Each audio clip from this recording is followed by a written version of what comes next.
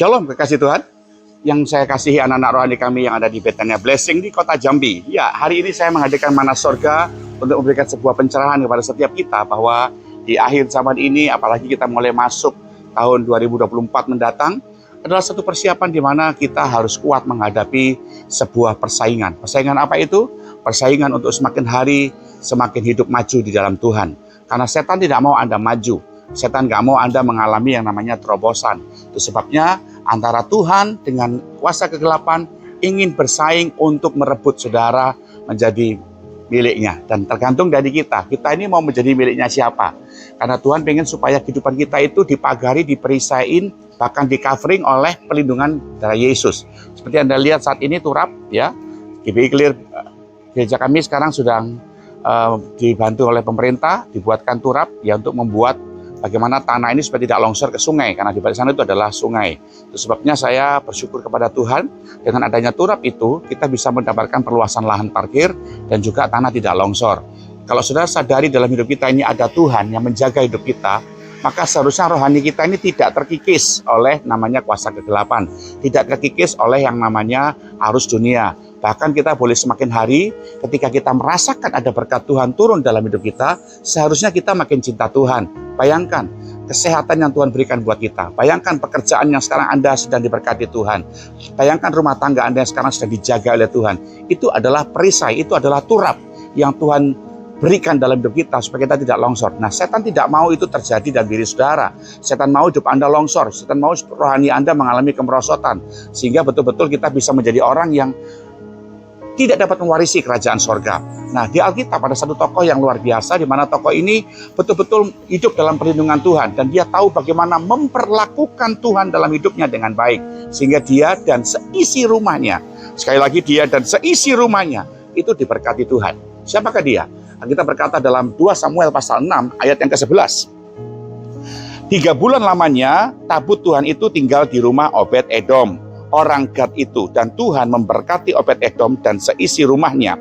Diberitahukanlah kepada Raja Daud demikian, Tuhan memberkati seisi rumah Obed-Edom dan segala yang ada padanya oleh karena tabut Allah itu. Lalu Daud pergi mengangkut tabut Allah itu dari rumah Obed-Edom ke kota Daud dengan sukacita. Sudah tahu namanya adalah Obed-Edom.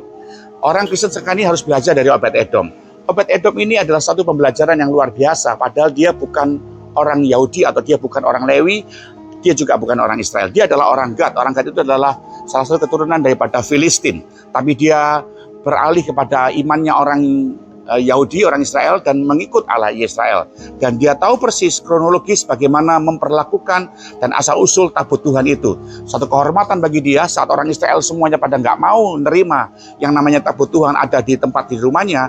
Obed-Edom ini membuka hati dan membuka diri buat tabut Tuhan itu masuk dan tinggal di rumahnya. Padahal dia bukan orang Yahudi.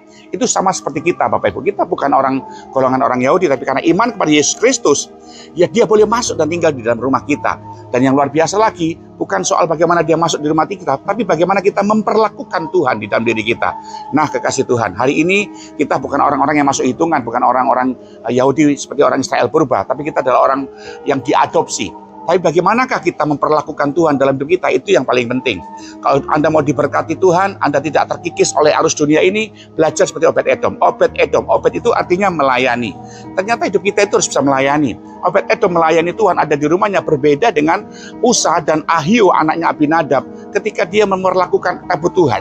Dia tahu persis bagaimana Abinadab dan mengajarkan anaknya. Setiap hari mungkin ketemu tabut Tuhan, 22 tahun dia di Kiriat Yearim, tiap hari ketemu tabut Tuhan, akhirnya nggak ada respect, nggak ada rasa hormat. Sama kayak kita tiap minggu, tiap ibadah Selasa, tiap ibadah ITM mungkin sudah ketemu Tuhan. Tapi seringkali kita tidak memperlakukan dia spesial dalam hidup kita. Berbeda seperti Obed-Edom. Obed artinya melayani. Dia melayani dengan sungguh-sungguh. Mungkin waktu dia belum punya apa-apa, ketika pertama kali tabut Tuhan masuk, dia mempersembahkan tekukur atau merpati. Kemudian dia diberkati Tuhan, bertambah hartanya, dia persembahkan lagi yang lebih mahal lagi, domba dan akhirnya lembu sapi. Itu bicara tentang bagaimana dia menghormati tabut Tuhan ada di rumahnya. Karena setiap kali Anda melihat bagaimana dia melayani, selalu ada darah. Obed-Edom, Edom itu artinya merah atau darah. Jadi setiap kali dia melayani Tuhan, ada darah yang tercurah. Hidup kita tuh harus begitu Bapak Ibu. Setiap kali Anda melayani Tuhan 24 jam di depan Anda setiap hari, apalagi Anda terlibat dalam pelayanan, harus ada darah yang tercurah. Apa itu darah tercurah? Darah Yesus Kristus yang diberikan Tuhan dalam hidup kita. Dari awal perjanjian lama Bapak Ibu ketika memulai perjalanan orang Israel, yang luar biasa adalah Bapak Ibu, darah itu selalu ada. Bagaimana Tuhan memberikan kepada mereka darah di ambang pintu rumah orang Israel, ya, sesuai dalam kitab Keluaran pasalnya yang ke 12 ayat yang ke-7. Kemudian dari darahnya haruslah diambil sedikit dan dibubuhkan kepada kedua tiang pintu dan pada ambang alas atas pada rumah-rumah itu di mana orang memakannya. Luar biasa, darah anak domba disembelih ditaruh di atas ambang pintu dan di tiang-tiang kusen, ya, di rumah orang Israel, sehingga rumahnya dijagai Tuhan. Ada darah ketika mau melayani Tuhan. Jika terbawa terus sampai kepada tabut Tuhan atau di tabernakel Musa, selalu ada darah gitu, tapi diberkati sehingga betul-betul dikuduskan Tuhan. Bahkan ketika sampai zaman Yesus dikatakan di dalam ayat 2 Korintus pasal 1 ayat yang ke-21, sebab Dia yang telah meneguhkan kamu bersama-sama dengan kamu di dalam Kristus adalah Allah yang telah mengurapi, memeteraikan tanda miliknya atas kita dan yang memberikan Roh Kudus di dalam hati kita sebagai jaminan dari semua yang telah disediakan untuk kita. Yesus masuk dalam diri kita dalam rupa Roh Kudus. Dia memeteraikan kita, Dia menjamah kita, bahkan Dia mengurapi kita sehingga kita betul-betul memiliki kuasa itu. Perlakukanlah Dia dengan baik. Jangan sia-siakan pengurapan dalam diri Anda, karena Yesus adalah Allah yang mengurapi.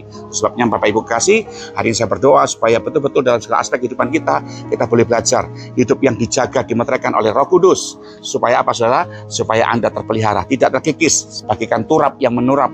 Tapi gereja kami dijagain, tidak terkikis oleh dunia.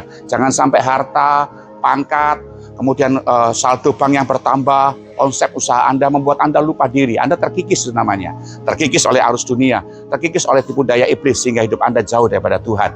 Jaga pengurapan, perlakukan Tuhan dengan hormat, jaga hati saudara supaya betul-betul pengurapan itu menyertai saudara. Pengurapan itu apa? Kemampuan untuk melakukan apa yang Anda tidak bisa lakukan. Itu adalah pengurapan. Saat saya nggak mampu mengampuni, saya bisa mengampuni, itu pengurapan. Saat saya nggak bisa berdoa, saya bisa berdoa, itu pengurapan. Saat saya nggak bisa menabur, tapi saya bisa menabur di luar kemampuan saya, itu pengurapan. Mintalah pengurapan itu. Perlakukan Yesus dengan melayani plus darah. Bagaimana ada korban yang keluar dalam diri kita. Ingat Bapak Ibu, kita nggak bisa hidup tanpa darah Kristus. Apa itu? Sebuah pengampunan, penerimaan yang luar biasa. Sehingga Anda diberkati sampai hari ini. Terus berkati, doa saya untuk saya selalu. Jemaat yang di Jambi dan di Bontang, tetap semangat di dalam Tuhan. Hidup dalam pengurapan sehingga Anda diberkati di sepanjang hari-hari ini. Bahkan masuk tahun yang akan datang. Terus berkati. Shalom.